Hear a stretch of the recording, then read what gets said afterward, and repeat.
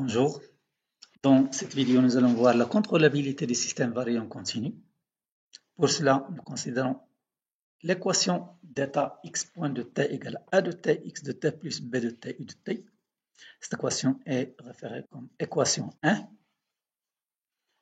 X est le vecteur d'état de dimension n et u le vecteur de commande de dimension m.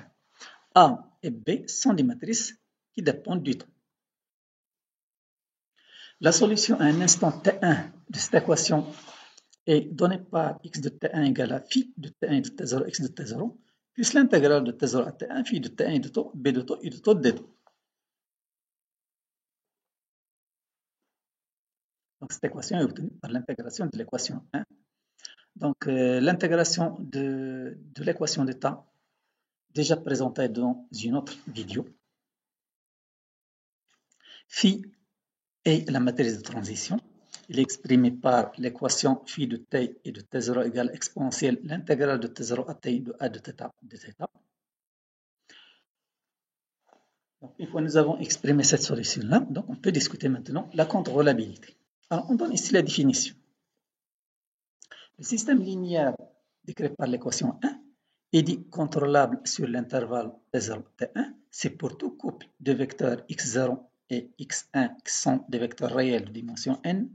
Il existe une fonction continue par morceau définie sur l'intervalle t0, t1 vers r1, telle que la solution correspondante à l'équation 1 avec la condition initiale x de t0 égale x0, vérifie x de t égale x1. Donc ça, c'est la définition de la contrôlabilité. De plus, il est dit complètement contrôlable, c'est-à-dire le système décrit par l'équation 1, il est complètement contrôlable s'il est contrôlable sur tout intervalle, c'est-à-dire quel que soit t0 et t1, la condition de contrôlabilité est vérifiée. Maintenant, comment déterminer la contrôlabilité d'un système? Donc, l'étude de la contrôlabilité nous conduit à construire la matrice de contrôlabilité qui est définie par G de T1 et de T0 égale l'intégrale de T0 à T1 phi de T1 et de taux, B transpose de taux, phi transpose de T1 et de taux, D taux, appelée aussi matrice de Gramian. Donc, une fois on construit cette matrice de contrôlabilité, on peut appliquer le critère suivant. Le système est complètement contrôlable dans l'intervalle T0-T1 si l'une des conditions équivalentes suivantes est vérifiée. Donc, nous avons ici trois conditions équivalentes. Si l'une est vérifiée, les deux autres sont vérifiées. Première condition, la matrice G de T1 et de T0 est définie positive. Deuxième condition, 0 n'est pas une valeur propre de G de T1 et de T0. Troisième condition, déterminant de G de T1 et de T0 différent de 0. Donc, si l'une de ces trois conditions est vérifiée, cela implique que la matrice G de T1 et de T0 est une matrice inversible.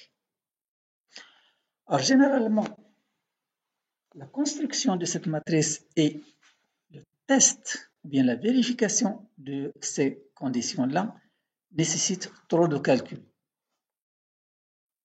nécessite trop de développement. Par suite, donc, vu que généralement le test de contrôlabilité utilisant la matrice G de T1 et T0 est ardu, c'est-à-dire nécessite trop de développement, surtout si la dimension du système est grande. Et pour surmonter ce problème-là, on construit la matrice suivante. G de T est égal à G0, G1 jusqu'à Gn-1.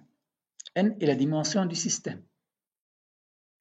Avec G0 égale à B de T, Gi plus 1 égale à moins A de T, Gi plus G.I de T pour les autres matrices.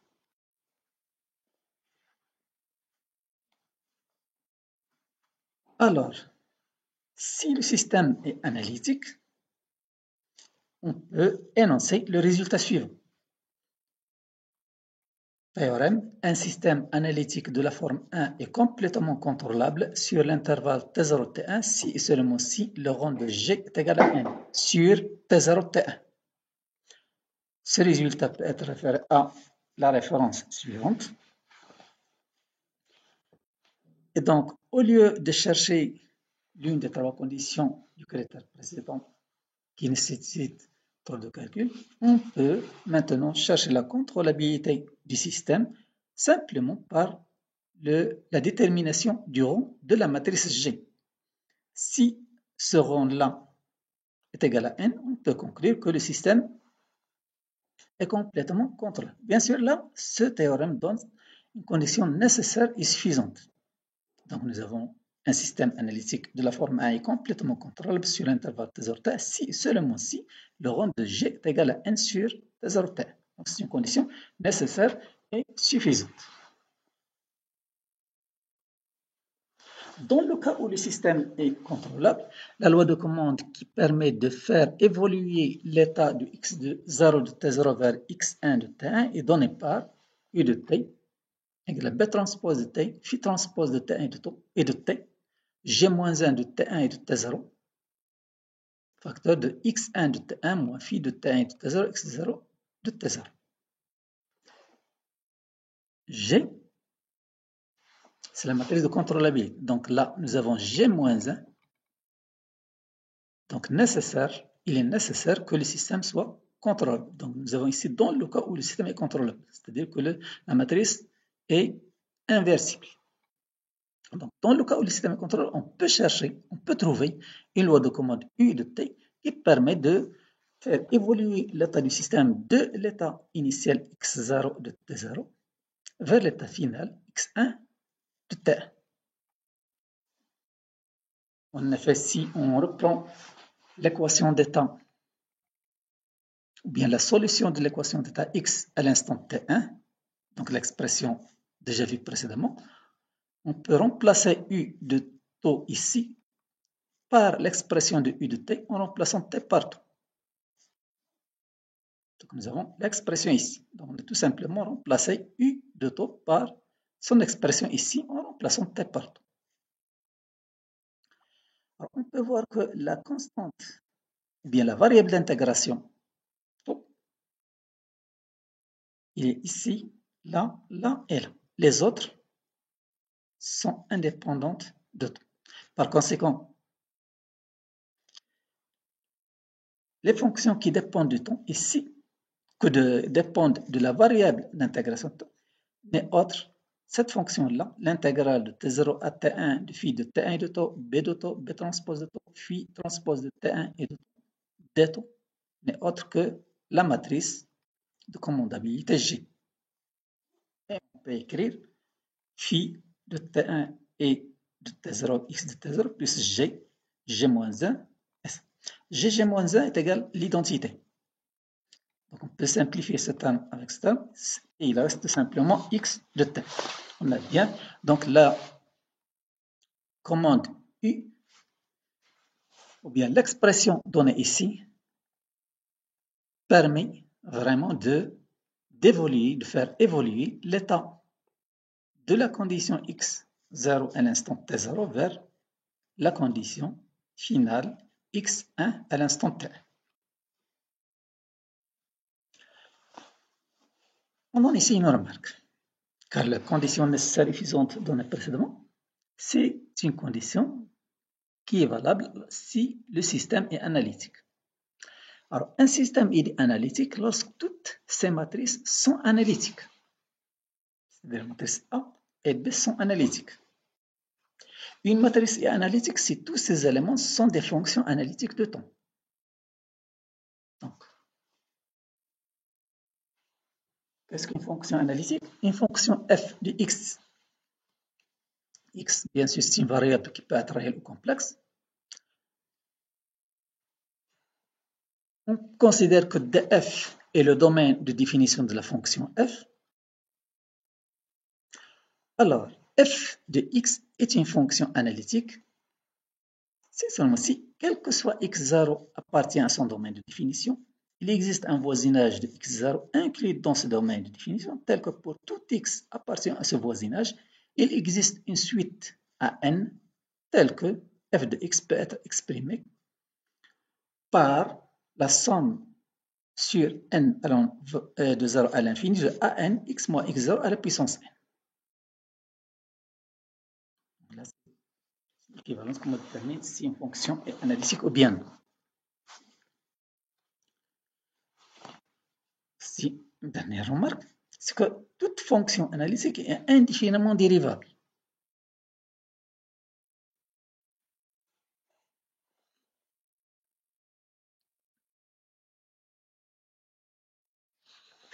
Deuxième remarque, si le système 1 n'est pas analytique, le théorème 1 devient une condition suffisante. Donc, si le système x point égale à a de t, x de t, plus b de t, e de t n'est pas analytique, au lieu de si et seulement si, nous avons simplement si, c'est-à-dire une condition suffisante. Alors, on prend un exemple d'application. Donc, soit le système x point de t égale la matrice A de t formée par 1, 0, t carré moins t, x de t plus b de t, u de t. Avec b de t, c'est 6 de t. Donc, on peut voir que A dépend du temps et B dépend aussi du temps. Donc, nous avons ici un système qui varie. D'après la structure des matrices A et B, donc les deux matrices sont des matrices analytiques d'après les définitions précédentes. On peut remarquer que le système est analytique, puisque les matrices A et B sont analytiques. Le système considéré ici, c'est un système de dimension 2. Matrice A, c'est une matrice carrée de dimension 2. Donc, n égale à 2.